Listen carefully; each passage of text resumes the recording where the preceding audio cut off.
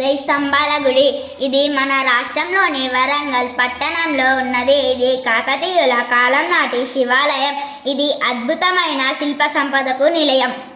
చార్మినార్ మన రాష్ట్ర రాజధాని హైదరాబాద్ నగరంలో ఉంది.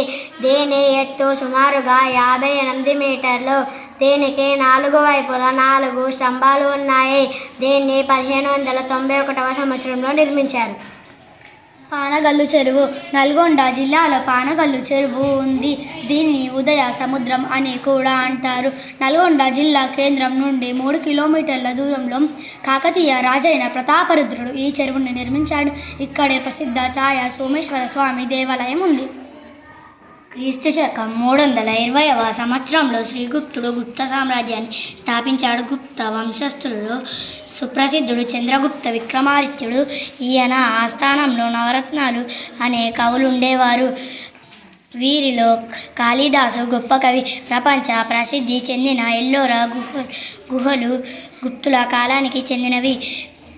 వీరి కాలంలో శిల్పకళ, చిత్రకళ ఎంతో అభివృద్ధి చెందాయి. సారనాథ్లోని అశోకుని స్తంభం. దీని నిలుపుగా ఉన్న ఒక రాతి స్తంభం. వారణాసి సమీపంలో దీని చునారు నుండి తవ్వి తీసిన ఇసుక రాయితో దీనిని రూపొందించారు. దీని 4 వైపులా 4 సింహాలు చెక్కబట్టి ఉంటాయి.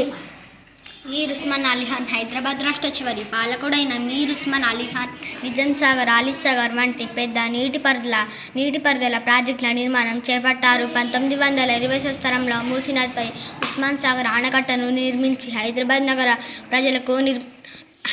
నగర ప్రజలకు నిర్మాణం మంచి నీటి సౌకర్యం కల్పించారు. సారనాథ్ స్తూపాన్ని అశోక చక్రవర్తి నిర్మించాడు. ఇటుక లేదా రాయితో ఘనమైన గుమ్మటం ఆకారంలో గల నిర్మాణి అంటారు. ఇది ఉత్తరప్రదేశ్ రాష్ట్రంలో వారణాసి దగ్గర ఉన్న సారనాథ్లో ఉంది. ఇటీవల ఆధార్ కార్డు జారీ చేసే సందర్భంలో వ్యక్తుల కళ్ళను ఐరిస్ కెమెరాలో పెట్టి ఫోటో తీస్తున్నారు. మనిషి కన్నుగుడ్డుపై ఉన్న వలయాకార భాగాన్ని ఐరిస్ అంటారు. ఐరిస్ భాగాన్ని ఫోటో తీసి చెదిరిపోకుండా పదిలంగా భద్రపరుస్తుంది. దీనిని విజయ్ కనుగొన్నాడు. జయశంకర్ జిల్లాలో రామప్ప దేవాలయం దగ్గరలో రామప్ప చెరువు ఉంది.